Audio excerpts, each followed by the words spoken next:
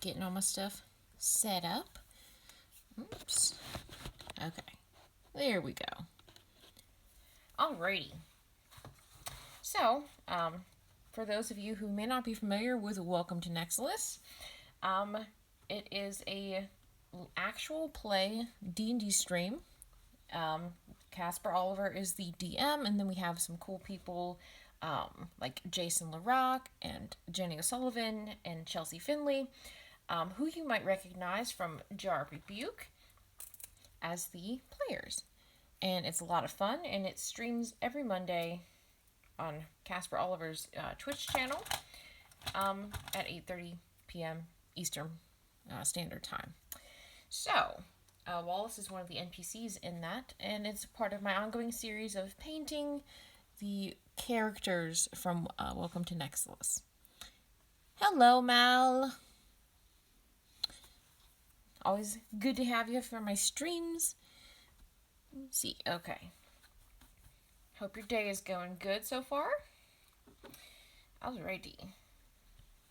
I'm excited to paint Wallace. Hi, Casper. Hello, Cecil. And real quick, Casper, what does Wallace wear exactly? I have some ideas of what he wears. Well, it's still great to have you watching, Mal, even if you're going to be lurking. I still appreciate it. So thank you. Okay, good. He wears clothes? I'm glad he wears clothes. I'm glad he wears clothes, and his clothes kind of like the description of Magna during the ball scene about his outfit. He probably has buttons on his clothes. Not like a romance cover without the buttons. Alrighty. But yeah, I got some stuff I have to do this afternoon, so my art stream decided to start a little earlier than normal. But I'm still very excited to do it, and glad that I was able to do it earlier, because I still wanted to do it. But I was like, oh no, something came up I have to do this afternoon. And I was like, am I going to be able to stream? Because I didn't want to do it too late. And I want folks to be able to watch Cecil's art stream and not have like, oh no, gotta lurk in two at the same time. So I was like, I'll do mine earlier so that like I can still do it and it won't encroach upon anything. Okay, cool. White tunic-ish. Okay, cool.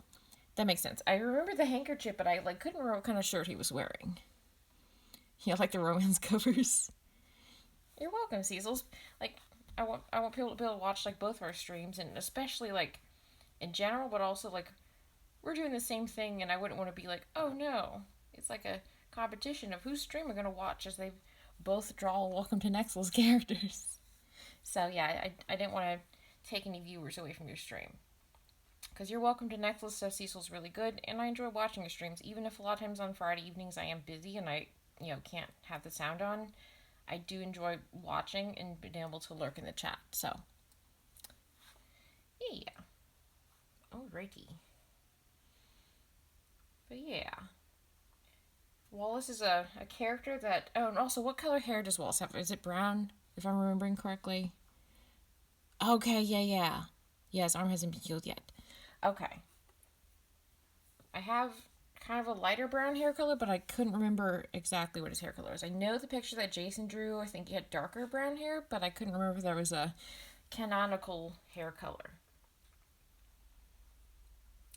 But anyways,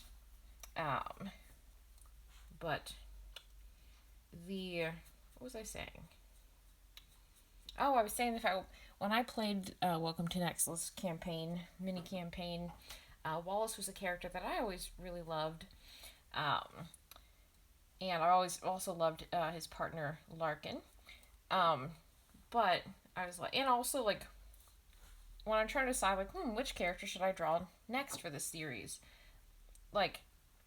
I love Richard, so I was okay, I gotta do Richard first. And painting Richard was the one that gave me the idea that I could paint the other characters. So I had that, and then I was okay, Thespis is a fan favorite. So, oh, okay, black hair, cool. I have black paint outfit, perfect. Cool.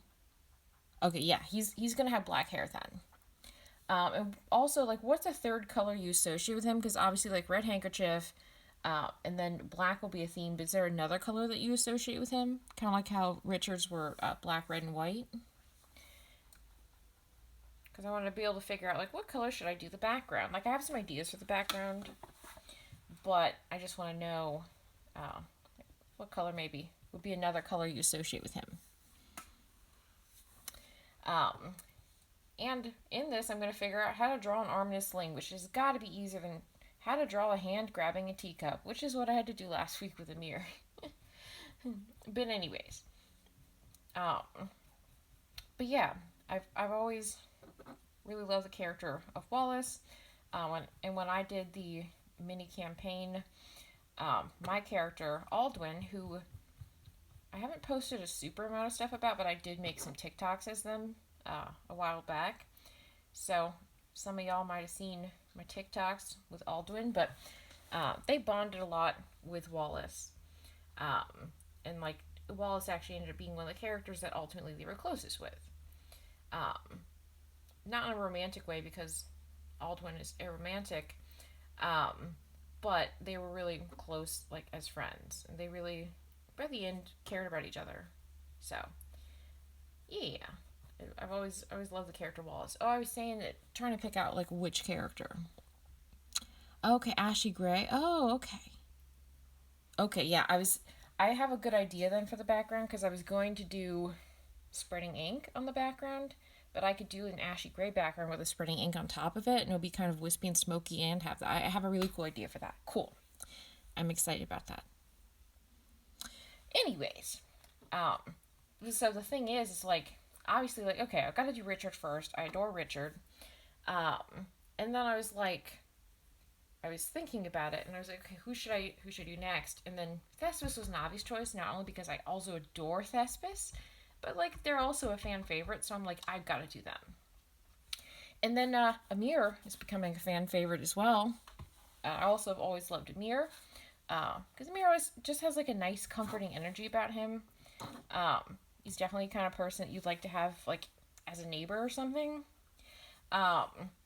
So I've always loved Amir, and then I was like, because like all the characters in Welcome to Nexilis are so good, so it's genuinely hard for me to figure out like who should I do next, because like I love all of them, and that's why originally I was like, well, maybe I'll draw some of the characters, and then I'm like, nope, I'm going to draw all the characters gradually. Week by week I will get them done. And some weeks, if I have time to do it, I will do 2 streams. A lot of times I don't really have time to do that, or I have other things like projects I have to work on, because I do work, a fair amount at my job, so I don't always have time to do that. But I do enjoy it when I have been able to, have the time to do 2 streams in 1 week. So there may be some weeks soon that I do that. It really just depends on my schedule and like what other projects and stuff I have going on. But yeah, I've decided, I'm like, yeah, I'm gonna draw all of the Welcome to Nexilis characters because they're all so good. I love all of them, and I want to draw all of them. So, but yeah, I was trying to think like, okay, who else should I do? Like, who should I do next? Because again, it's hard because I love all of them, and I know I'm gonna do all of them, but I also am like, I don't know. Like, because they're all so good, it's hard to pick, like, okay, which one should I do next? So I've kind of been going by, who's a fan favorite? So I was like, Wallace is definitely becoming a fan favorite. It was really great seeing Jason's cosplay of Wallace on last week's, well, not last week, it was earlier in this week's stream. That was really fun. So at that point, I was kind of like, maybe I'll do Wallace. And then as the week went on, I'm like, yeah, I'm going to do Wallace. So because of that, that's how I picked Wallace. I still have to think like, who do I want to do next week? But I'll have to think about that because I'll have to see like maybe at this upcoming Monday session, maybe another character will stand out as being a fan favorite. Well, also I mean, I do know some fan favorites. I know Walter and Winter are very popular. So maybe I'll do one of them. Who knows? Um, so yeah, and also like, and Dimitri's also popular. I love Dimitri. I definitely want to do him soon. So he's so good. He's so cool and so funny. Um, so yeah, but I'm excited about doing all these paintings. And I'm excited because again, A, always love drawing my friends' characters, and B, getting to draw characters that I really love while also getting better at painting. Like, yeah, it's a win-win for everybody. And making art from a story that I like really love a lot. Like, I'm genuinely so hyped about the D&D Twitch streams because, like, especially cause I'd be hyped about them in general, but I'm extra hyped because I know what's going to happen and I've done it before, so it's like even more exciting for me, at least personally, to get to watch other people doing the same story that I, know the ending to, but seeing like how they react to it and seeing how they do things differently. Like, I love that. It's genuinely so much fun for me. Yeah. Oh yes, I'm gonna paint Hitchwire someday. I love Hitchwire so much. And I love Michaela. All the characters are so good. And I also love Delavash and Beckett and B. Rins. I I literally love all the characters. Except for some of them that you're not supposed to love because they're jerks. But I love all the other characters. Let's put it that way. And the ones that you're not supposed to love are also so good for characters that you're supposed to feel antagonistic towards. They are very good antagonists. But yes, the Dwyers are very popular. And that's the thing I'm trying to think, like, because they're twins, I'm trying to think, like, do I want to do them in the same painting together? Because that's the thing that I've thought about is characters who are kind of similar to one, or like you associate very closely with one another more so than others. Like, obviously, you associate like Biren with Amir, but they're not like so much of a pair as, for example, the Dwyers, who pretty much like when there's one, there's the other usually. They're usually both hanging out together.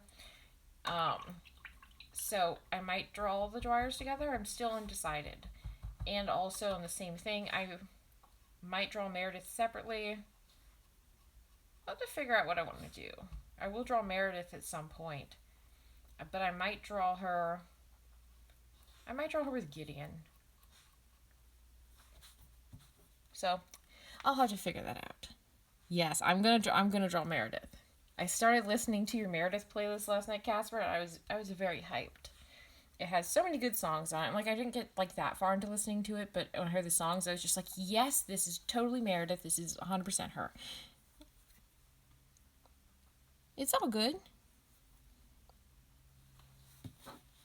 It's all good. Sometimes in your streams, like my phone, it doesn't like lock up, but it does. It does get kind of weird, and like it won't load the stream, so I have to get out of the stream and get back into it. Like, I had to do that after the intermission and welcome to Nexilis and get back in. So it happens to the best of us. I'm glad you're proud of her playlist. You should, because it's a really good playlist. I love her playlist. It is very appropriate for her character. And again, there's so many songs in there that I was listening to, and I was like, this is totally her. All your song selections, Catherine, any of your playlists are so good. Like, your playlist making skills are playlist making skills goals, honestly. Like, every time I hear one of your playlists, I'm just like, this is what a playlist should be like. I'm always very excited because you have a really good taste in music. B, you also like, you're really super good at picking songs that go along with the characters, which is why I've said before that, like, I don't know what the official job title is, but Casper should totally be one of those people who picks songs for movies, like that picks the songs for the soundtrack. They would be exceptionally good at that. I've said that before, and I stand by that because every time they make a playlist, I'm just like, these are the kind of songs, if the story was a movie, then this is the kind of songs that I would expect to be playing during different scenes. And a lot of times when I listen to your playlist, then I'm like, I can picture like a cinematic scene with something, and I can picture that song playing. So, well, you're welcome. I really do love your playlist, and they're very, very good. Yeah, you would have so much fun with that. Like again, I'm sure there's like a fancy official job title for it. I don't know what it is, but like you would be super good at that. That would be awesome. Because also you would do such a good job at it, and that would like they'd be like, hey, we have a scene where this person's doing this, and probably with like not much effort at all, you'd just be like, oh, what about this song? This would be great for that, and they'd just be like, you're so right about that. Yeah, I definitely, when I listen to your playlist, I definitely picture cinematic scenes um, of like, oh, the character's doing this and this song is playing over the scene. So that's like a fun thing when I'm listening to your playlist. All right. I'm just glad with my scanning, by the way, that last week I finally figured out how to use my scanner properly despite having it for several years. I've been using it, but I didn't know that there was a photo scanning setting. I realized it was set on illustration, which is great, and occasionally it is preferable to scan things because it kind of simplifies the lines and colors a bit more. But I realized that my quality, I could get so much better quality if I scanned it um, with the photo setting. Like, you can, like previously when I would scan stuff, if it was a painting, you would see the colors, they'd be pretty accurate. You couldn't see the brushstrokes or anything. When you do it on a photo, even at the same quality resolution, it comes out where you can actually see the brushstrokes. And I learned that like not even a week ago, and I was like, this whole time I've owned the scanner, I did not know this at all, and there's probably a lot of things that I scanned that could have been much better quality had I scanned it on photo setting. So I went and rescanned some of my art and put it, so that it would actually see the brushstrokes and stuff. I didn't have to, with the images, other than removing, like, there was a little bit of dirt on the scanner at one point, so I had to, like, remove that. I didn't have to change any of the things or blend any of the lines. Like, even with a mirror where I had to paint over some things when I drew his fingers funky, I still didn't have to edit that out. On this, I might edit it because depending on how this shows up, I started drawing his shoulder a little more boxy than I wanted to, so I might erase that in Photoshop, depending, like just right there, so that both the shoulders match. Because I don't picture him having super broad shoulders. I don't picture him having super narrow. I picture him having average shoulders. And I started drawing a real chunky shoulder padded shoulder. So I might change that. But other than that, like with the painting so far, everything is scanned well. I haven't had to blend anything. And that's a little art trick that I figured out after a long time. If you mess up on something, let's say while you're painting, you can a lot of times, paint over it with the same color or a background color or something, and then redo what you messed up. If you have too much paint, you can wipe some off the canvas. But one thing, if you do an error when you're drawing something else which involves drawing manually, like painting or hand drawing something, obviously with digital drawing, it's not an issue because you can, Control Alt Z your way out of things, and also to erase things if you make a line you don't like. So because of that, but like when you're drawing something manually, let's say you're drawing something with a Sharpie or something, or another marker that's not erasable, and you mess up on it. Two things that you can do. A lot of times with I'm trying to draw lettering, I don't like how it looks, so I'll take another portion of the same color paper, whatever, and then I'll draw the letter again, try to make it the same size. I'll do that, and I will I'll make the letter the same size. So, like, if I was writing a letter here, it might be like, for hello, but the E was kind of funky looking. Maybe over here, I would draw the E trying to be, the same size as the E over here. And then in Photoshop, I would scan all of it, take this portion, take out the E, and replace it with this E down there. So that's a helpful thing if you draw something and it ends up weird. You can do that. And the other thing that I do is, well, actually, there's two things. You can lay a piece of paper down over whatever you've done and trace over it. Especially drawing with Sharpie, you can see the lines underneath, and then you can redraw the funky parts. So let's say you drew a character and their hand was really weird. If you didn't want to, because you can't just probably draw another random hand on another piece of paper and paste it and have it look normal. I'm glad that y'all are enjoying your barbecue. Thank you for telling me. I hope you guys enjoy it because it sounds tasty. But yeah, I wouldn't want Casper to have to touch their phone with sticky barbecue hands. That does not sound like a vibe. And I know that even if they're, not typing, that they're still appreciating me drawing Wallace. But yeah, I hope y'all enjoy your barbecue because, again, that sounds really yummy. So I'm glad that that's what you guys are having. But anyways, so I'll lay a piece of paper down over something because, again, if I draw a funky hand on with Sharpie, it would be hard for me to go and take the and draw another random hand and then paste a hand and have it look relevant. So because of that, I will take another piece of paper, lay it over my paper. After any paint or anything is dry, I've made that mistake before. Wasn't fun. So I'll take another piece of paper, lay it over whatever I've done, and then I will, I'll, draw the hand again, and then I just have to scan both of them, and then in Photoshop I can take the revised hand and then paste it cleanly on top, and the lines will all match up without me having to, connect them or anything. Might just take a little bit of blending and erasing to make it look like it's the same. And then it will look as though, I did it right from the first place. And alternatively, let's say it's a painting or something and I want to do the same thing, but I need to blend it and it, irrevocably is messed up.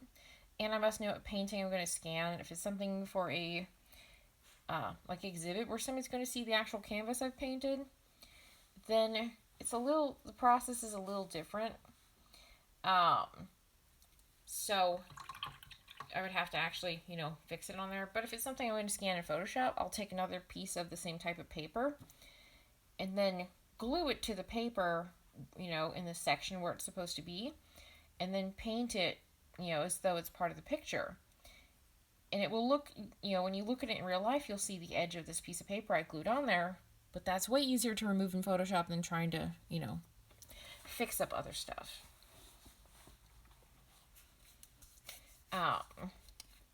So, yeah. I'm gonna do the little arm sling now. But yeah, those are some things because, again, for a long time making art, I was looking at the end result really of people's stuff, and I was like, my stuff doesn't look like that. I make errors, and eventually I'm like, probably everyone makes errors. You just don't see their errors.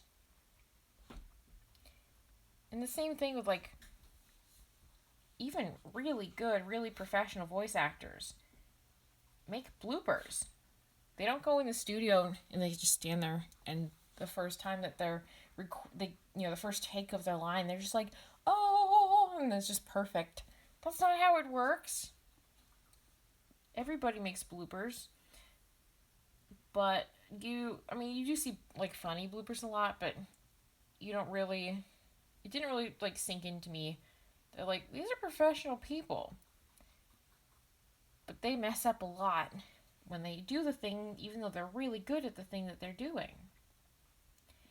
So then eventually when I realized that, I started feeling better about my art, because I'm if I did make a mistake, I'm all these artists that I admire probably did the same thing. They probably do this pretty frequently. And it can be kind of embarrassing when you make, a mistake if you do it publicly. It was kind of a little bit embarrassing when I was making my first Twitch stream, and I just casually ripped my paper when I was trying to blend it with my finger. It wasn't a vibe. I was embarrassed because I was like, I'm on the stream and here I am making a mistake already. Ripping my paper, which I also note annoys me in general. I don't like ripping my paper. It's not the end of the world. Unless I was going to physically give the drawing to somebody. It's only annoying because then I have to, when I'm in Photoshop, erase the rip and blend it so it doesn't look like I ripped the paper. But, like, I want to remind artists, like, it's okay to make mistakes when you're doing stuff. And there's usually a way you can fix most mistakes that you can make while painting or drawing. Even if it requires, some magic in the behind the scenes, like photo editing. But, and this week I actually cleaned my brushes. The other day, I actually soaked all my brushes and then cleaned them out in the sink because a lot of them had paint dried up on them, and it was kind of horrible. There still are some that have paint dried up on them, and I'm gonna try not soaking up to the part where the bristles are glued into the paintbrush, but just the tips of the paintbrushes. I'm gonna try putting rubbing alcohol on them, I'm gonna look them online. Actually, I should before I just do stuff. I should Google. I'm sure there's some kind of way to get acrylic paint off of paintbrushes. Kind of like how I don't know much about oil paints because I literally never used oil paints. Maybe like once. It was a very casual way. It was those childhood oil paints. Yay! Hands are clean! Yeah, exactly. Mistakes and bloopers are common. Everybody totally makes them. And that's the thing, like, getting to know more voice actors, I'm like, they do make bloopers. And, sometimes they send the bloopers. And it can be really funny when they do. But I know you know who I'm referencing, whose bloopers I'm referencing, Casper. But yeah, it's like even people who are really professional make bloopers and mess up. And if you think about, like, film and TV actors, there's a lot of bloopers. Have you ever seen, like, the behind the scenes? Like, they have to do the lines a lot. I don't care how professional of an actor you are. You go in there and somebody's probably going to mess up at some point.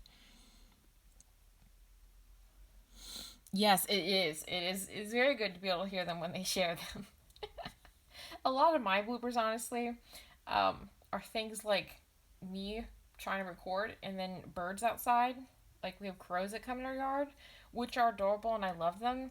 But sometimes I'm literally at the end of a really good take of something, and then they just start screaming, and I'm like, you could have just, like, held on for like a minute longer.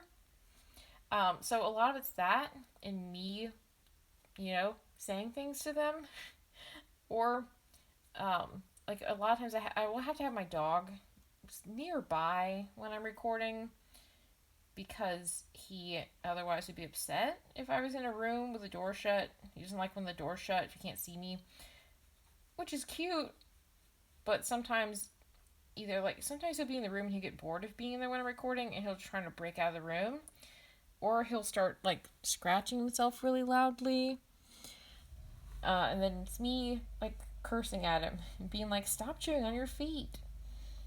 Because it will usually happen, like, the worst moment was, like, the end of a very good take, and then it will just be him really loudly scratching. I'm like, no, this is not the time for this. Yeah, that mine aren't usually very funny either. Usually it's me, like, stumbling over somebody's name or pronouncing something wrong or realizing I didn't get the wording right or something. But a lot of times it's me messing up on somebody's name and just, like, totally mumbling their name. And I'm like, that's not how their name is said. Even if it's somebody's name I've said a lot, and my brain's just like, meh. And I'm like, nope, that's not how their name is. Nope. So, because of that, mine aren't usually too funny either.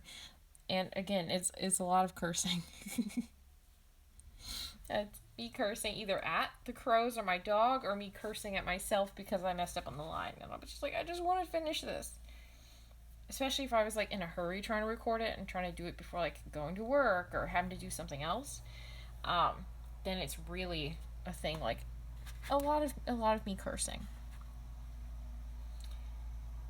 But yeah, mine usually aren't too funny. But recording with people, it is funny. Kind of like recording lines on your own generally isn't very funny, but like being in a play or something, a lot of the bloopers, like, they're not. I mean, they're kind of bloopers. They're bloopers. They're not recorded bloopers because you're just like in rehearsal or whatever. But a lot of those are really funny. Okay, what hairstyle is it? Is it kind of like the picture that Jason drew? Is that like kind of a sweeping bangs over here, and then I picture it being a little longer, like towards the back. Is that what his hair? Okay, cool. That's what I thought, and I was trying to remember that. Sometimes when I draw stuff, I have reference images up, and other times I'm like, I'll be fine. I'll do this from memory. It'll be good.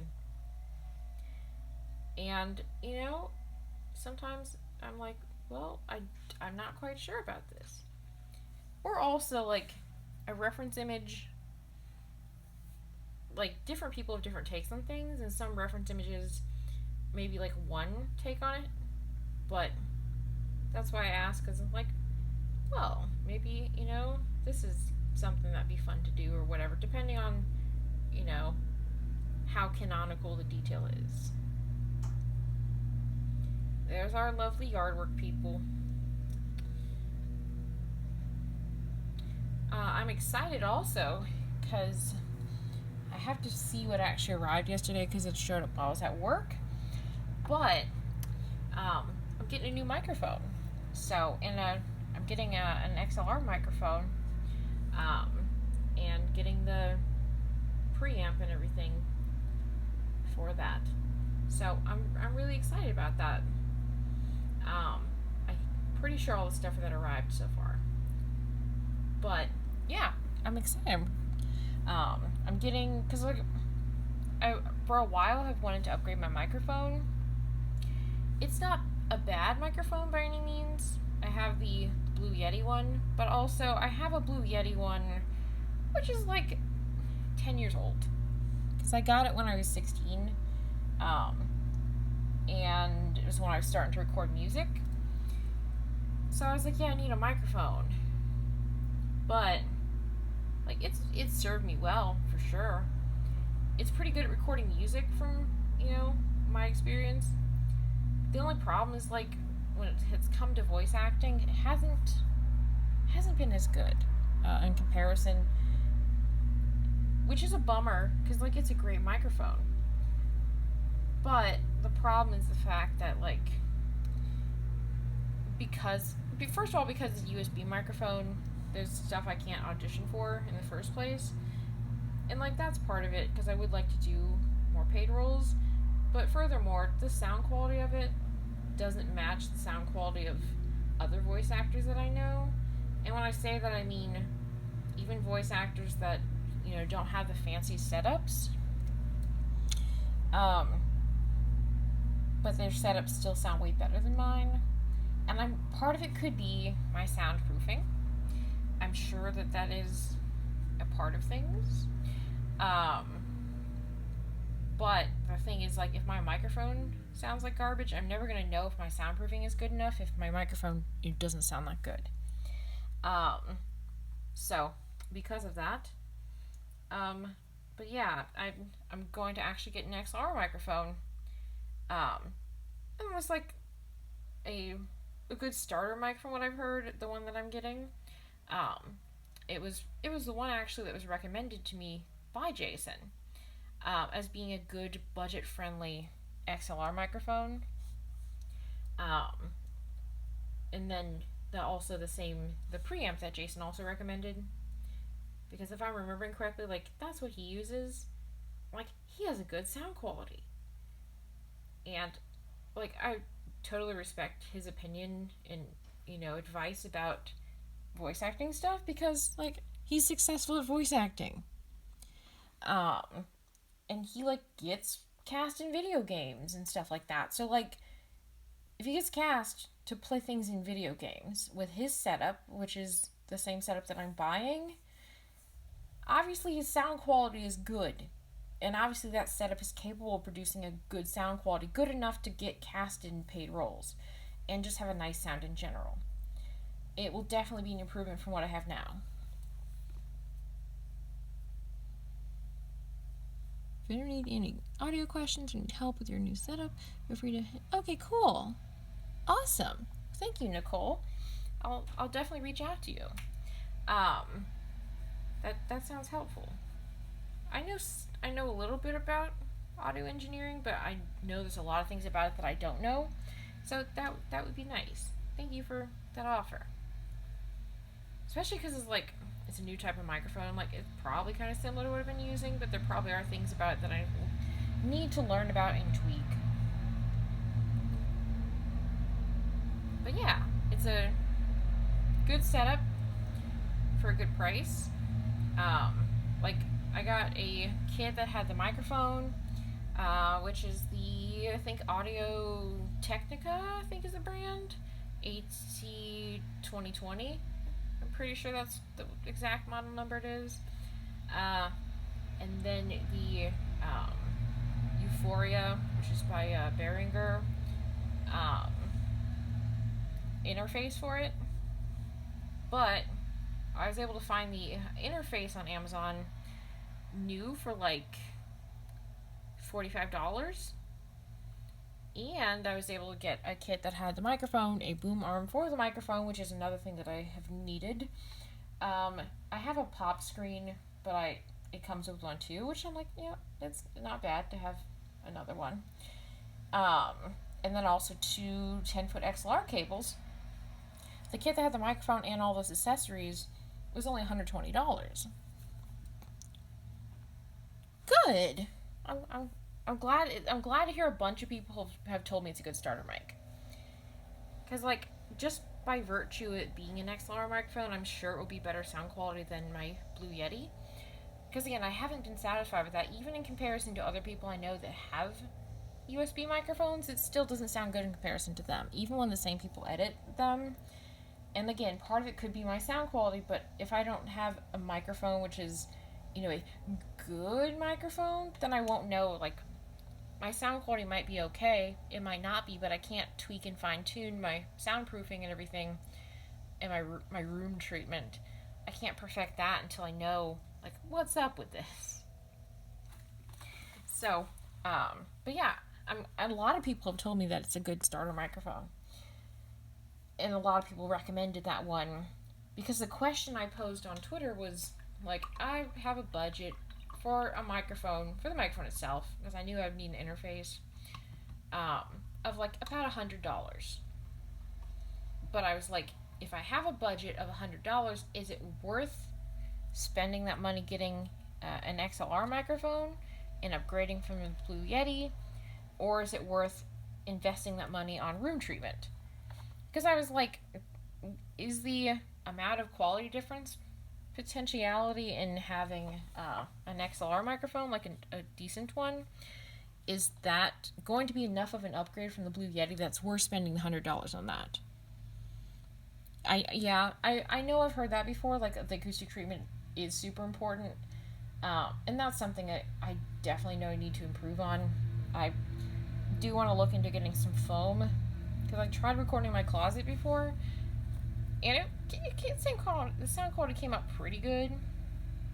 But my closet, I realized, is also kind of echoey, so I had to bring a bunch of blankets in with me because it has hardwood floors in it. Well, it's not a hardwood floor, it's a laminate. It's vinyl. It looks like hardwood, though. It's not carpet. I have a lot of clothes in my closet, but it's also echoey still. If you have a well-treated space, a phone could sound better than an expensive mic. That's an interesting way to put it. And that is a good point. And so I do definitely want to look more into that. I'm like, if I have a microphone that I know is supposed to sound good, and a lot of people have been like, yes, get this microphone, if I have that, then I can, at that point, like, okay, if my sound quality has an issue, it's not my microphone, it's the room treatment. Because that was a frustrating thing. Now, like, if I changed room treatment type things or tried recording different places, it didn't sound good, but I was like, how much of this is my microphone? And how much of it is the room itself? So because of that, I never knew the answer to that. And if I have a good microphone, then that part is down. That part is, I have that under control. And I'll know that if I'm still not happy with the sound quality, then it's like time to tweak the room treatment. And mostly at this point, it would just be like, what is the best way to get the room treatment fairly cheaply? I mean, I don't need a lot of foam because it's my closet. I love you too, Casper. You will still enjoy watching it, and I always appreciate you watching, even if you have to have the sound off. And anyways, but if you're still listening, it sounded grinding up something crunchy outside my window. Anyways, I must know this isn't even in my yard. This is my neighbor's yard. If you can hear that sound, they're in my neighbor's yard, on the other side of a fence. Will foam their closets. Others build booths out of PVC pipes and sound blankets. Okay, cool. I'll have to look into that. I mean, that's some like advice about room treatment is probably something I'll reach out to you about. Because it's something that I, again, don't know that much about. I know only very little about it. Like, I know a little, but I definitely know that, especially room treatment, is super important, I know. But I'm like, if I have a good sounding microphone, it doesn't sound good, then I'll know why it doesn't sound good. I'll know it's not, not sounding good because of, the microphone itself, but I'm like, then at that point I can fine-tune the room treatments and get that sounding good. And then I'll know that I need to tweak the room treatments until the mic sounds good, because I'll know the mic is one that's supposed to sound good. But yeah, I'll have to look into that. Because again, my closet's not that big, so it probably wouldn't cost that much to foam it. Just mostly want to, get my setup down, because like one thing I'm working on right now, I have several podcasts in the works. I have one which when I get my microphone stuff working properly, I have one that is a comedy podcast. I mentioned it on here before, but it's a comedy podcast. It takes place in a world which is kind of like Halloween Town a little bit, or like Monster Camp, like the Monster Camp games. It's in a world where humans and monsters live side by side, and it's like not a big deal. They're just chilling, living their lives.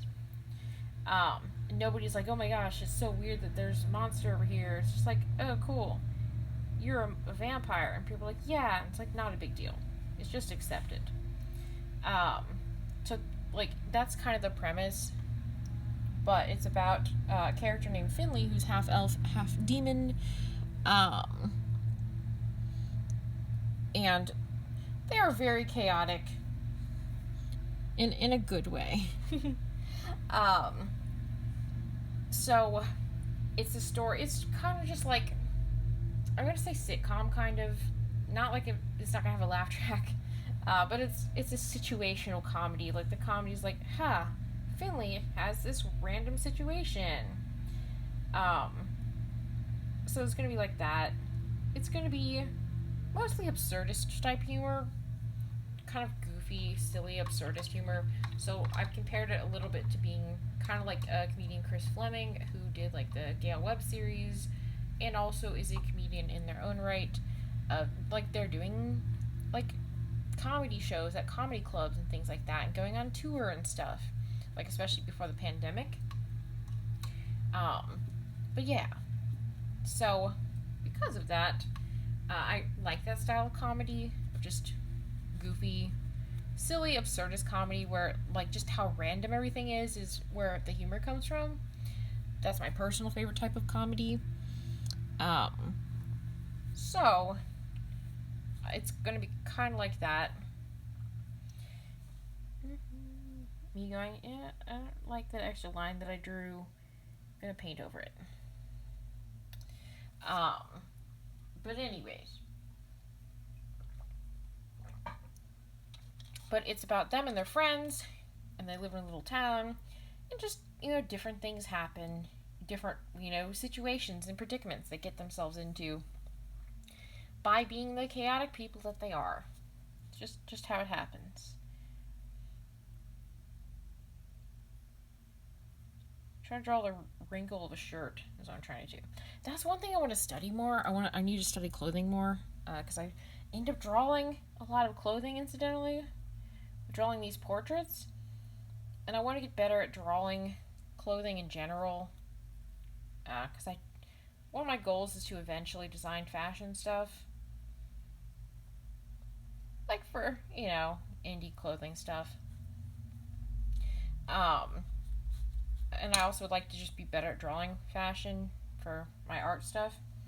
So I do want to practice like figuring out like how would clothing folds be painted and just stuff like that. But anyways, the thing is so yeah, I have a comedy podcast and it's in the works, and I've started writing the episodes, and I have some voice actors on board and stuff like that. And I kept being like asking myself like, okay, I have this thing, like why am I hesitant to actually like start recording it? And I realized that it was like I feel insecure about the quality of my microphone. And like obviously there will always be people who have better microphones than you and worse microphones than you, but I didn't want my microphone to be, in my opinion, like the worst one on the podcast, because I'm like, out of the people that I have slated to play characters, I'm like, their microphone setups sound good. Mine, in my opinion, doesn't sound good. I don't want to be like, if it was just me on the podcast, it might sound okay, but if you had somebody with a really good microphone, it would sound jarring. And even on things I've been on, if like my microphone doesn't sound as good as like the primary microphones on the show, so then I've been dissatisfied with the sound quality difference going into my bits versus the rest of it. So having a new microphone will be helpful for that. So I'm excited to have that, because again, that was the thing I realized was holding me back the most on having my podcast, was the fact that I'm like, my microphone doesn't sound pleasing to me. So if I do this podcast, I'm like, the sound quality is not going to be good. And I don't care if other people's podcasts like don't have good sound quality, as long as it's not jarring. There's a lot of podcasts I listen to that, they're more independent and they're just getting started, and the people just, maybe they're just using their earbud microphone. And again, as long as it's not jarring, then I'm like, good for you. But like, I'm more judgmental of my own sound quality than I am of other people's, of course. Like the one thing, my one pet peeve when it comes to,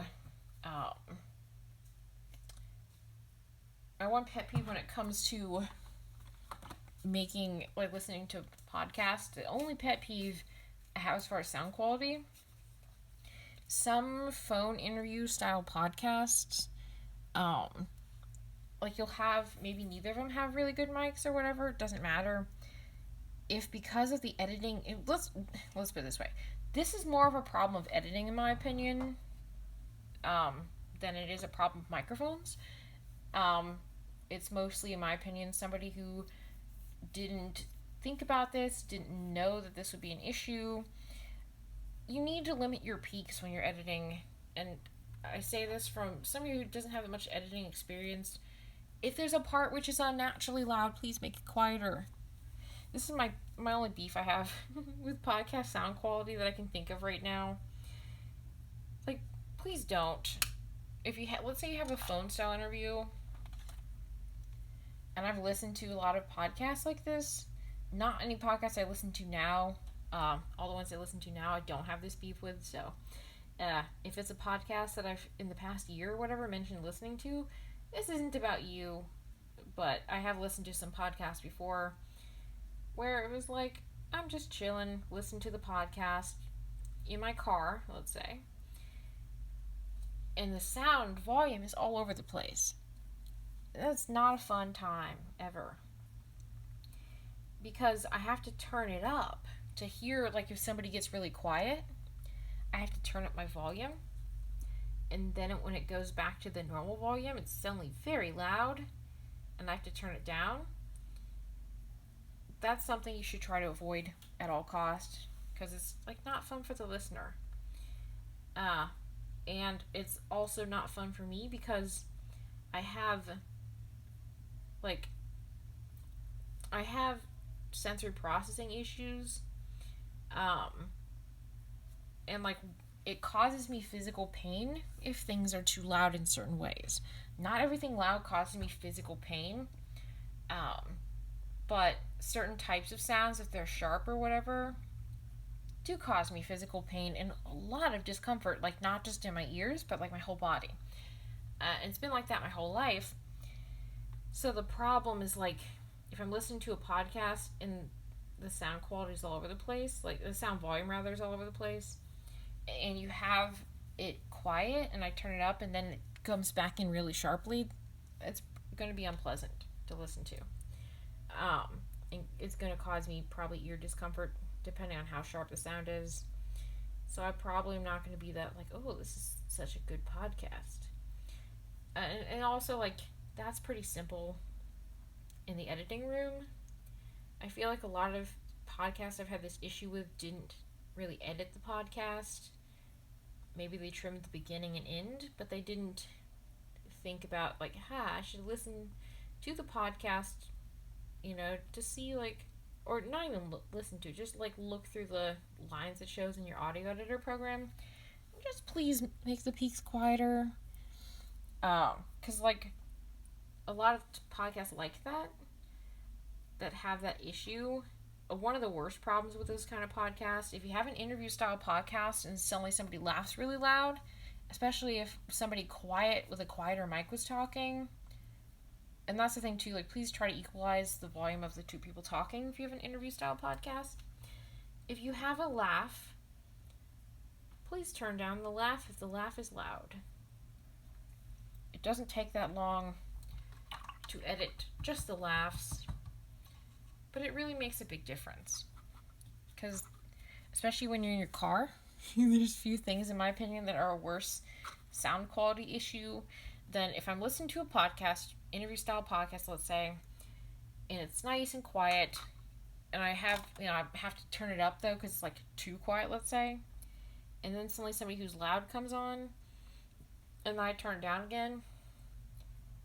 And, like, I don't want to have to. I do have volume knobs on my steering wheel, but I don't want to do that much volume adjusting while I'm driving. So, like, if you have that happening, just try to equalize it. And that's why it's my beef, because, like, there's been times of, like, driving and there's a really quiet part of the podcast, so I turn it up really loud to be able to hear what the person was saying. And then out of nowhere, let's say the other person on the interview podcast laughs incredibly loud. There's been times it's like, that's been really irritating to me. And I'm thinking of specific times this has happened. But I remember it specifically because it was so unpleasant. So basically, just look through your audio files, please, if you have an interview style podcast, and if there's an excessively loud laugh, please just turn it down. You can turn down, just the loud laugh. And that's my recommendation. But thankfully, like, all the podcasts I listen to now, even those that have, not as fancy microphones, not as fancy room treatment, even the ones that sound like, like they're just two people chilling, talking in their earbud microphones, that's perfectly good. Because all the ones I listen to now, regardless of their other, quality they have, I have not had an issue with people laughing loudly. And that might be a more thing from a couple years ago when podcasts were popular, but not as much as they are now. And probably more people are like, I have a podcast, but they, like, didn't put in the work to, like, learn just basic editing. That's my beef. And it's only my beef because it's really irritating to me when it happens. especially really, like, it may not be so bad in earbuds, but like a lot of people listen in their cars. Which reminds me, I have also made errors in sound editing, particularly in music that I've done, with the bass being too loud. Um, if you have a song, this is me at myself. If you have a song, you have bass, please don't boost the bass excessively.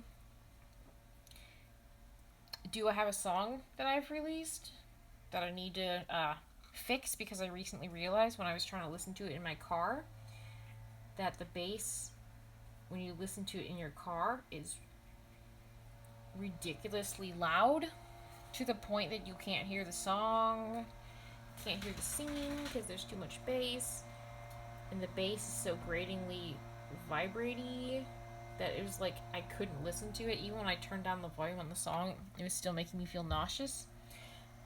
Not a vibe. I need to fix that because I didn't realize that. Which brings me to another point. If you're editing something, especially if it's your first time editing something like that, put it in your car. Listen to it on your car stereo. Two reasons. A, car stereos, and I mean, especially if you have just a regular car stereo, not a fancy one.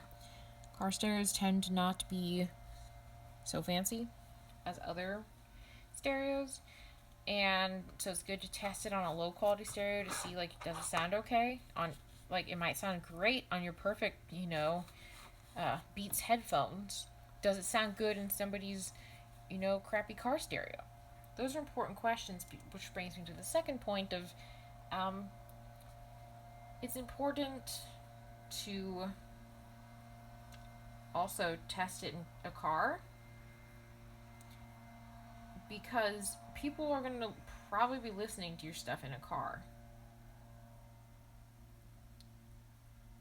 I know I listen to, not all the music I listen to, but a decent portion of it in my car.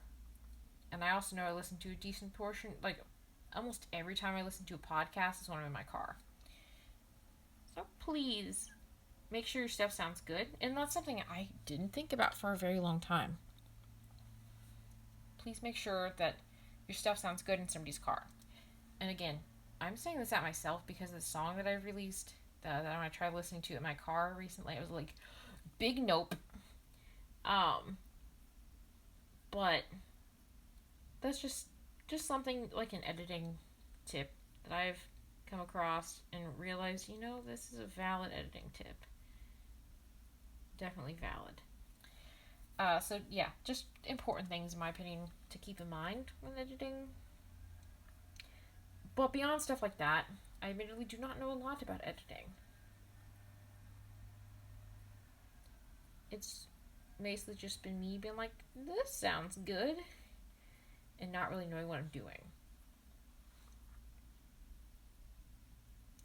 So yeah, I definitely want to learn more about audio editing so that when I have in my podcast, I can avoid that.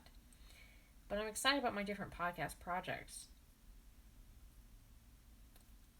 I will be happy when I have my new microphone set up. So I can, do all the stuff with that and have it sound nice. Especially because it will be my first, well, not technically my first podcast. I do actually have a podcast already. I just haven't worked on it in a couple years, so I don't think of it being like, oh yeah, I've got podcasts, cool.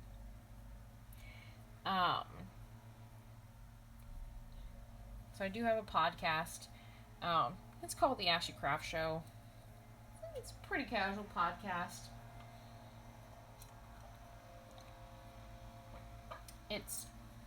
There's like 63 episodes of it because I used to do it a lot.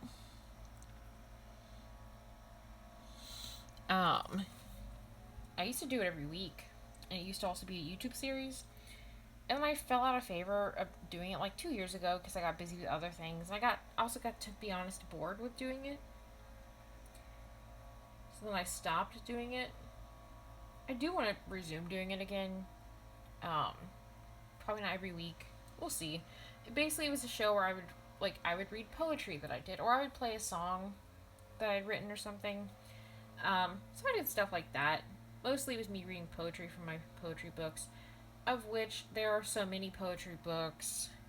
I mean, so many poetry books in the first place, but so many poems that, like, I would never run out of content for the show. I wouldn't have to write any additional content for it. Um, I have legitimately thousands of poems that I've published and written, so it was never hard for me to find content. It was mostly just, which poem do I want to read this week? But I got bored because I did do it for more than a year every single week. That's definitely valid, Nicole. You just fiddle with all the knobs until it makes good noises. Yeah, I'm here for that. Um, the thing is like, and that's where it comes down to it. Like, as long as it sounds good at the end of the day, that's what's important. Nothing else is really important about it.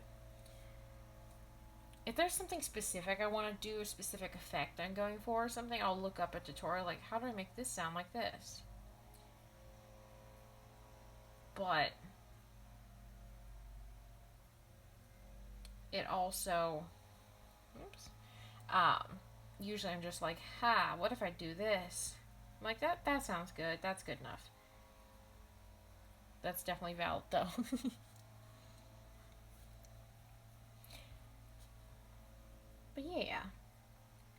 But yeah, so I had the podcast. I did every week for a year. About started in 2017, I think. Yeah, it must have been 2017. Started in 2017, finished towards the end of the year in 2018. I do want to resume it again though, because it's fun, and I have again a lot of poems. Because they'd be like, I would read a poem and I would discuss the poem sometimes about what it meant. Some of the episodes are only a couple minutes long. Some of them are 10 or 15 minutes. I had to try to limit it because my camera that I used at the time, for some reason, would shut off after 10 minutes of filming. Even if there was room on the camera, I never found a setting that would change it. It'd only record 10 minutes at a time. And I'm like, what? Because I would have to, if it was like getting close to 10 minutes, I'd have to stop the video, get up, and then hit record again. There was a lot of times I recorded like a 15-minute poem or something. And what did it do? It only recorded the first 10 minutes, and I was sitting there reading, thinking it was recording my rant about like, this is what the poem means. Was it recording? No, it totally wasn't. Not at all. It was great. So yeah, that camera was a good quality camera. It was decent. But that was my issue with it. Like, for some filmmaking stuff I was doing, it was okay, but again, it only would film 10 minutes. As opposed to, like, your iPhone has space on it, it will record, like, a long time. Once I recorded a room tour when I was getting ready to move, I don't think I ever put it online. I'll have to watch it sometime, see if I still want to. It was basically me going around my old bedroom and, like, explaining, like, this is a sculpture of this, and, like, telling a story about different things in my room, which was cool. Again, I don't know, like, would I still think it's cool? Because it was, like, 3 years ago. But my room tour video was, like, half an hour long. My phone had space for it. I filmed the whole thing. No problem. So, sorry, the paint shuffling noises are me looking for my gray paint. Me knowing I have gray paint. But anyways, I'm gonna start painting the background while I let the paint dry so that I do not smudge the eyes. And I want to get the background drying because it's 2 layers that I have to do, and I don't want to have to smear it. This gray paint is one I have not used a lot, admittedly. And that's the thing about paint. As a child, I always had, like, the Crayola paints and stuff. Like, the little ones that came in, like, the little paint pots. They're about that tall. They still probably sell those. I haven't looked in a long time. But I had the Crayola paint pot paints. And like those little cheap acrylic paints that came in those little tiny things, or about that big around, like shaped like a miniature pill bottle kind of, and those really loud scratchy lids that you had to peel off. Yeah, I remember those. I used those a lot. I never liked the sound the lids made. It was irritating. But the thing is that so I had paint like that growing up, but it wasn't like real paint. And I did have a lot of the paints like I have now, like our fan favorite blue kazoo. I did have some of these kind of paints, I think, but a lot of it was me with the other cheaper paints. And then when I was 16, I went to self-publish my first book, which was Strange Occurrences. And I was like, I can't pay somebody to make a cover for me, and I am also an artist, so I am capable of doing this. Haha, I just fixed my problem with his shoulder-padded looking shoulder. But anyways, I just fixed it. Haha, my background. But anyways, so I was like, I need real paint. So we went to like the art section of Walmart, and there's a kit that had like 8 or 10 like acrylic paints that came in those like little metallic paint tubes. And I got that as my first paint set. It was pretty good. The bummer thing is like it didn't have the most colors ever. It had a decent number of colors, just not the most. It didn't have it had vibrant as far as pigment colors, but not a lot of colors that I use now. I still don't always have all the paint colors that I want. I would like really vibrant paint colors, and like some of that's hard to find. Would my scanner even scan it? Nobody knows. But I got that, and I was like, I'm gonna start painting. I didn't know what I was doing beyond, like, I've had art skills, so I knew it from that standpoint. But I didn't know, like, oh, this is how I'm using paint. And like, they were pretty good. They're also higher quality than what I needed. And again, they didn't have very many colors. And eventually I'm like, look at all these paint colors. And I saw these were only like 50 cents each. And then ever since then, that's what I've been using. Because like, no, I know these are not like fancy artist quality paints, but they're good quality. I've never had a problem, especially like these paints themselves, they're acrylic. They may have a little bit of that, scratchy, cheap acrylic feeling when you're done painting it and it dries. But that's easily remedied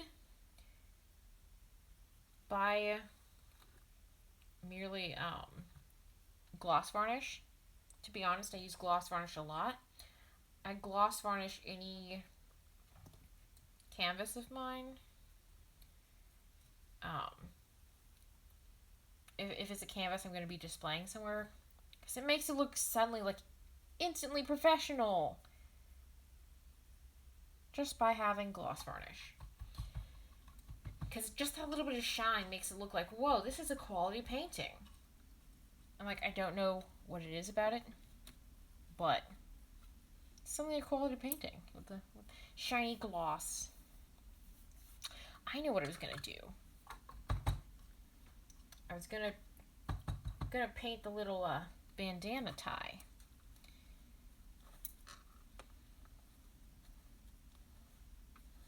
I like bandanas. I have bandanas. I bought bandanas because I have like low-key planning like a train conductor OC. But I never did much with that idea. But I did buy a bandana. So I do have a bandana. And I will eventually do something with that character, probably.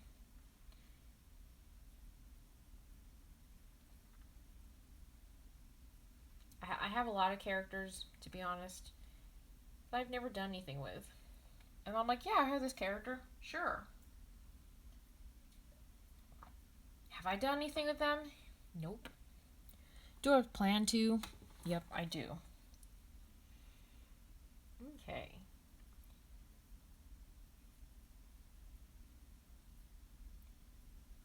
Cool. Yes. I'm happy with how that looks. Little bandana tie. Okay. Alrighty.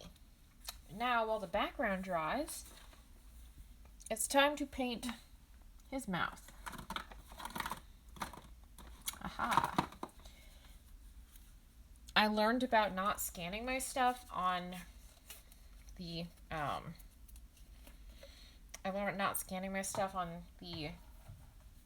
illustration mode last week. When I went to scan my painting I did last Friday of Amir, and in the painting, his shirt that's cupcake print, his skin, and his lips are all different colors. And I know, Nicole, if you're still watching, I know you told me your little story on Twitter about this. But yeah, I went to scan it, and my scanner decided to scan his skin, lips, and shirt as all being the same color. So suddenly he looked like a shirtless guy without a mouth. And I'm like, that's not gonna do. Yay, thank you, Cecil. I'm glad you like it. I'm going to do that, and then I'm going to add some accents of, like, the ink dripping down. That's what I'm going to do. So this is, like, the first layer of it for the wispy smoke lines. But yeah, I'm glad you like it. But, yeah, I'm glad I figured out how to make my scanner so it doesn't go like, yeah, that's fine. All this is the same color. I'm like, no, it's not.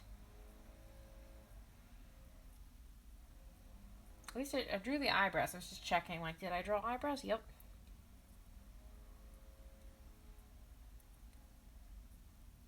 All right.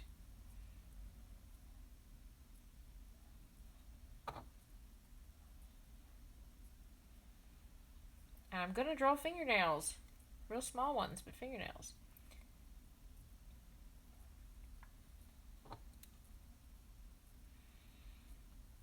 And this time I'm going to try to not dip my hand in the paint. I went pretty well for a while without doing that on these streams, and then last week I'm like, cupcake smush. Wasn't a vibe.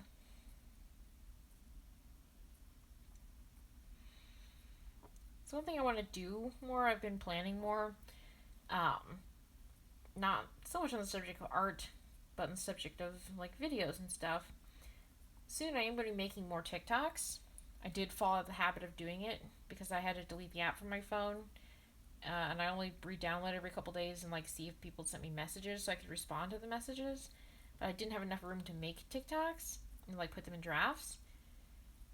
So occasionally I make one, but I like fell out of cosplaying. But I missed it because I love cosplaying, and something like I did cosplay some prior to the pandemic, but around that time of like making TikToks, I suddenly, I cosplayed a lot more because I knew about TikTok and actually had like an audience. And I'd never gone to a con or anything before, so I never had an audience for cosplaying. But yeah, I'm gonna actually make a list, put it on a blog or something. I'll put it somewhere online. I want to have a running list of cosplays I want to do because I know a lot of times I'm like, I want to cosplay this character. Like, do I have a way of keeping track of that? Nope, not really. There's a list I made a long time ago and then never updated. Characters I want to cosplay. But I want to do that because, like, recently some people have suggested some characters I really love as characters I should cosplay. Like, I did a post on Facebook the other day, and someone commented because it was like, what, pick a cosplay for me to do. And then somebody recommended Tamaki from Oran High School Host Club, and I was like, heck yes, I love that character. I love that show, and he's one of my favorite characters in the show. I'm like, I gotta do that. And somebody else also recommended Hal from Hal's Moving Castle, and I'm like, heck yes, I need to do that also. I love Hal so much. Um, and then I'm like, and then somebody also suggested some other characters I wasn't familiar with that I'm like, I'll have to look those up because, like, they sound cool from the description. So I have a lot of characters that people have suggested, and I know I've done polls on um, Facebook, not Facebook, Twitter, of like, what frog should I cosplay? Because that brings me to, I want to also cosplay non-human characters, like frog, and also like frogs, first of all, definitely frogs. But then also like weird random characters for things that people don't usually cosplay. I, for a long time, have wanted to cosplay the Glow Cloud, all hail, from Welcome to Night Vale. So, because of that, like, I'm hyped about doing those, and I want to do Stardew Valley cosplays. That's actually my next cosplay that I'm going to do. I'm going to do Alex from Stardew Valley. That was, I made a poll on Twitter, and, like, not that many people voted on. I think only, like, 3 people voted. Literally everybody was like, Himbo Alex from Stardew Valley. So I'm like, I'm going to do that. And, like, I looked up his costume, because, like, I could picture in my mind, like, yeah, he looks like, you know, I had a vague idea, but I was like, I've never really paid attention, like, what kind of shirt he wears. And I've seen the fact that he's wearing, like, a blue shirt, like a green sports jacket. I have a wig that would work perfectly for his hair. It's a wig that I've used for a lot of my cosplays. And I'm going to get another wig pretty soon. I need to find, like, a curlier, short-haired wig. Because I have a lot of characters that would actually work really well for. So I do need to not invest that much, but like $20 in getting that wig. But the one I have is really nice and realistic looking, and it's the one I used for my Jared cosplay. That wig, I'm going to use that wig, which I've used for a lot of other things because it's a good multi-purpose wig. It was definitely a good purchase. No, I don't want to be that bright. Anyways, just me cursing at my paint, no big deal. So, but yeah, Alex from Stardew Valley is the next cosplay that I'm going to do. I love all the Stardew Valley characters so much, so I want to do more cosplays of them. But yeah, for Alex, I have the wig that will work well. I don't have a sports jacket. If I can find one at a thrift store when it's safe to go thrift shopping again, I would buy it for this. But because I don't, then I'm like, well, I have a green plaid shirt. If I wear that over a blue shirt, it will look close enough. So I'm going to do that. Yay! Thank you. Thank you, Casper. I'm glad you're enjoying it. I'm really pleased with how it's coming out. So thank you. Yes, I miss thrifting. I miss it so much because, like, back in the day, I went thrifting pretty often. Because, like, I like, you know, obviously upcycling clothing instead of buying new clothing when possible. That was the first thing. It's, like, better for the environment and the whole world for me to buy thrifted clothing. Second thing, such good prices. I got so many good things at the thrift store for like $2 or $3. There's a bunch of t-shirts that were like $2 t-shirts. And I still wear them now. Yeah. Yeah, it's just so many trench coats too. That's where I got my detective coat. That's the one that I own at a thrift store. Because, funny story, I went to go do a murder mystery show in Jacksonville. And Jacksonville's about a 3-hour drive away from Tampa, which is where I live. So I left. I was like, yeah, this is great. And I stopped at a McDonald's to get some food. And I started driving. And I was like, wait a second. I didn't grab my detective coat when I was at the office. I was like, oh my gosh. Because I'm like, I'm playing the detective. And it was actually a time that I had one show that was in Jacksonville.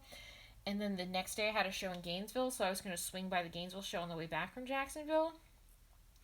Gainesville's like a 2-hour drive from Tampa or so, from what I remember. So because of that, I was already like more than an hour into this journey. I didn't have time to turn around, drive an hour, and then drive an hour to get back where I'd been.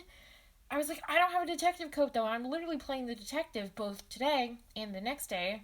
And the Gainesville show was a solo show, so I was going to be the only actor there. And I was playing the detective. So I'm like, oh my gosh, I don't have this coat. This is a super important prop. And then I remember what I heard, that a lot of thrift stores had tan trench coats a lot. And I was like, oh gosh, when I get to Jacksonville, the first thing I'm going to do is go to the thrift store and see if I can find me a trench coat. I need this trench coat. Really, it's a really important, prop, costume piece. So I went into a thrift shop, one that I shall not name, that I only went into out of desperation because I needed a trench coat. And no trench coats. And then a couple miles down the road, there was a Goodwill. So I went to the Goodwill. And there was one trench coat. Only one trench coat. And it fit me. And I was like, I am buying this trench coat. This is mine. I'm having a coat. I found this thing. Everything will be okay. There was like literally one trench coat and it fit me. And I was like, thank God for this. This is like, I needed this. And the universe provided. I was very grateful for that trench coat. But yeah, I'm glad thrift stores have trench coats. But yeah, I got so many costume pieces and so many cosplay outfits and things that I have. Yeah, exactly. But the thing is like, I got so many cool, like, just outfits I wear in everyday life, and also cosplay things at thrift stores. I got a lot of costumes for my murder mystery work at thrift stores. Like the sparkly dress that I wear when I play Brooks. Also, like, there's a lot of other things I'm trying to think of right now. I have a lot of costumes I've gotten at thrift stores, a lot of clothes for everyday wear, and a ton of stuff that I wear for cosplay. It's stuff that I was like, I got at the thrift store for like $3.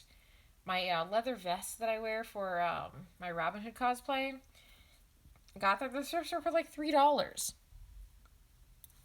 So, because of that, tiny fingernails. Sorry. I really miss just being able to go into the thrift store and be able to be like, I have several cosplays in mind. I will need these types of things. Let's see if I can find them. Because I got so many good things at thrift stores. For like really super good prices. Like $3 each. So, I very much miss being able to go to thrift stores. But, especially with how COVID is in Florida, I don't feel safe going into a thrift store in the first place because I avoid any kind of errands I don't need to run. And then also, I don't feel comfortable trying on a bunch of clothing during COVID times, which is important for most of the things I purchase to make sure it fits me. Unless I know it's a size that I fit and it looks like it'll fit, I'm terrible about like looking like this would be good, and I put it on, I'm like, this is so unflattering. It horribly fits me. But yeah. So, because of that, but yeah, I really do miss thrift store shopping. So, yeah, that's one of the things that when, things are not back to normal, but, it's safer to do stuff again, very much looking forward to being able to go thrift shopping again. But yeah, if I can get a thrifted like sports jacket, which I'm sure I can do at some point, and I'll have an official jacket for Alex. But there's other things I'd rather spend that money on than trying to we get a sports jacket online. But I do want one for my Stardew Alex cosplay. But in the meantime, I'll use my green flannel shirt and a blue t-shirt that I have. Well, the blue t-shirt looks like his shirt from what I remember. The felt doesn't look that much like the sports jacket, but if I can make like a little felt collar that's yellow and then have like a little clip-on collar, that would look really the same. So I might do that if I can figure out a good way to do that. But yeah, that will be his costume. And I was at the store the other day, then I was like, I need a football, because it's like, that's the quintessential accessory of Alex in Stardew is his football. So I'm like, that's his item that you see it and you're like, yep, that's Alex. So I'm like, I really do need this. So I was able to find a football at Walmart for like $7. Like it was a smaller football, but a valid football. And I was like, this is my football. This is my prop. So yeah, I'm really excited about that cosplay. And I want to do more Stardew cosplays. But I do want to figure out a way online, figure out where I want to put it, to have a list of cosplays I want to do. So that people can, hype up like, oh my gosh, I can't wait for you to do this cosplay. Cool.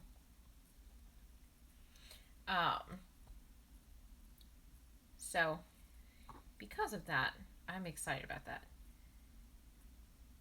Because again, there's a lot of just random things I'm like, I would love to cosplay this character.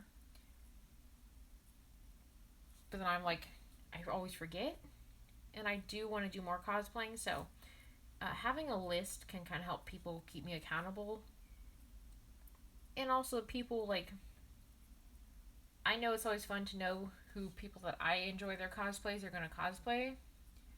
That's enjoyable.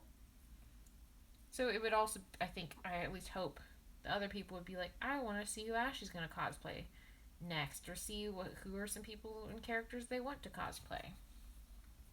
I think that would be fun. Yes, exactly. That would, especially for the new characters, like, there's some of them I probably have stuff for that I could probably, reuse a costume for somebody else, but there's also stuff I'm like, I don't know whose stuff this is. Like, there's stuff I know that I would need to get to be able to play some of the characters. But anyways, but the thing is, but yeah, I do want to have a cosplay list. Because I also want to make more TikToks. And I also want to do longer form content. Here's my issue. If anybody has any good, hopefully easy to use recommendations for video editing software, primarily, here's the only feature that I really care about. The ability to add text to a video with it, like a box around the text that's, shaped like the text reasonably so. Or have different options for having text so you can have a background behind it without it just statically having to be, the same place in the bottom of the screen.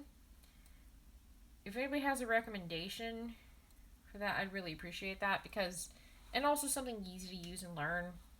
I can't remember, I used a website to edit my Good Omens video, like what ringtone would the Good Omens characters have. I did use an editing thing, but they charged like $6 to export the video without a watermark, and I was willing to pay it because it was only one video and I needed it a lot. But Windows Movie Maker is okay for some things that edit, but doesn't cut it for other things. So if anybody has a recommendation, that, like I said, I don't need fancy features. I just really want something I can add text to a video with a background behind the text, like a white background, so you can actually see the text, That's all I want. Because I could do way more longer form. Basically what I need to do, I need to be able to add, captions to a video. Because some of the content would be like, there's a song playing. It's not me talking, especially if it's like, let's say I'm doing a video, not on TikTok, but longer form content, but there's somebody else and I, don't have a voice actor, obviously, for the other person. I would like to be able to have a caption saying, like, what this off-screen person is saying, but I don't have a way to do that right now, so it's hard.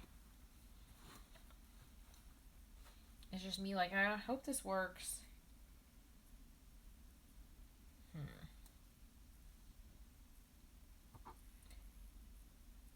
But yeah, it's me just like, I hope this works. So, if anybody has a recommendation, I would appreciate that. Because I do definitely want to do longer form cosplay content. Like things that have a little bit of a plot. I have one planned that has the Dream Daddy main character and Amanda. And I filmed it, but then I didn't have a way to caption it, so I never made it. Because I don't have somebody to play Amanda, so I'm like, I could do a video and Amanda's off screen and it has what she's saying. And it has captions of what my character is saying, but there's like music playing.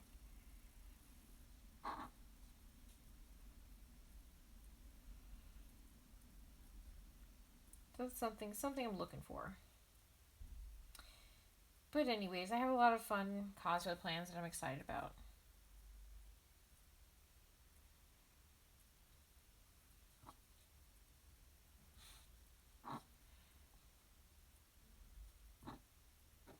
And Wallace is almost done. Yay! I've had a lot of fun painting. This is probably the background I've had the most fun painting. I always have fun doing all the parts of the paintings, but like this background has been really enjoyable to paint.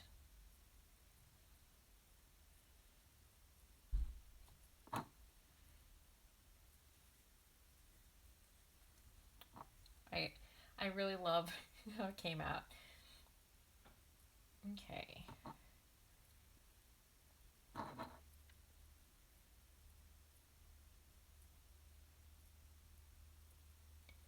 Just me painting little droplets, drippy ink.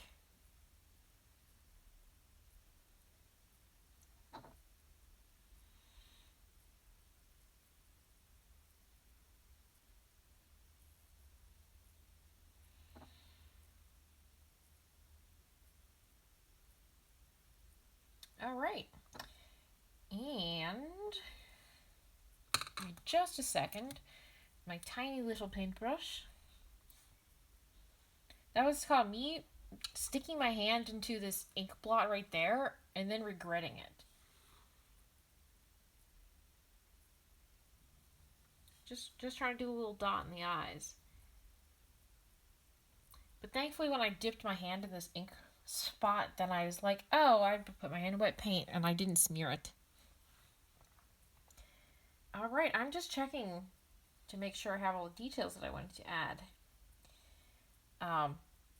He has fingernails. He has a sling. He has a bandana. He has eyebrows. All the parts that he should have, and the ink at the top. Okay, yeah, he's done. Yay! Okay, I'm really pleased with how this. I'm pleased with I'm pleased with how all of them come out. But I really love the background on this one. And I had a lot of fun painting him because, again, I loved the character of Wallace for a long time. Since I played the campaign. He was a character that immediately appealed to me and then also, appealed to my character. So it's a character that I'm glad to have been able to draw. I kind of like how this ink blot is, but it needs to be a little globbier looking. Wait, me just making, the last minute edit. Needs a little goopy. That's what I wanted. Alright, looks goopier. Look at me cleaning out my brush. Yeah, wow, I actually cleaned up all my brushes. Wow, look at that. Anyways, but yeah. Here is Wallace. I'm really pleased with how it came out. I've always loved the character of Wallace. I'm super pleased with my background here. And yeah. And soon, maybe today, I'm going to not publish. I'm going to post the other pictures that I've done of Welcome to Nexilis characters on social media, so everybody can look at them and see. Because like, if you didn't get to see the end result, and just so you can see it in general, I will be posting it. When this video goes up on YouTube, there will be links in the description to Casper's YouTube channel and Twitch channel, so you can watch the replays of the Welcome to Nexilis D&D sessions, and so you can watch the other sessions as they happen, if you want. But yeah, and so yeah, here's Wallace from Welcome to Nexilis, Casper Oliver's NPC for that mini campaign. And yeah, I hope everybody has a great week. Thank you so much, everybody, for tuning in. It seems like everybody had a good time, and I always have a lot of fun chatting with everybody, so thank you for showing up. It really means a lot to me that people are interested in showing up, once a week to watch me make art. And yeah, I hope that everybody has a great day, and thank you so much again for watching. Stay safe, and I'll see you next Friday, probably at 2:45 p.m. to do another art stream, and in the meantime I'll figure out who that will be. So thank you so much, everybody, for coming, and bye!